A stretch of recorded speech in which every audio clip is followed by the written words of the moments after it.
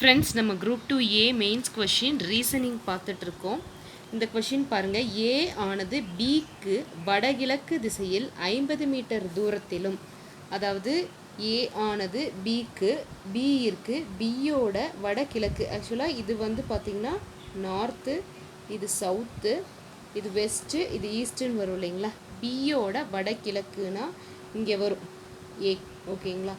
இங்கே 50 metre தூரத்திலும், B ஆனது சிக்கு வடமேற்கு திசையில் 50 மீட்டர் தூரத்திலும் இருப்பேன். பி வந்து எப்படி இருக்குன்னா சியோட வடமேற்கு, ஏன்னா இது மேலே வருது, இந்த சைடு வந்தால் மேற்கு, ஓகேங்களா.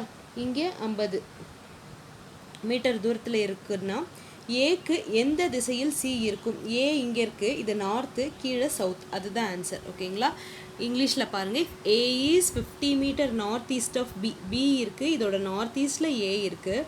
B is 50 metre north west of C. சியோட நார்த் அண்ட் வெஸ்ட்னா இப்படி வரும். Then C is in which direction of A? ஏவோட எந்த டைரக்ஷனில் சி இருக்குது? ஏக்கு கீழே இருக்குது, கீழே வந்தால் இது சவுத், ஓகேங்களா.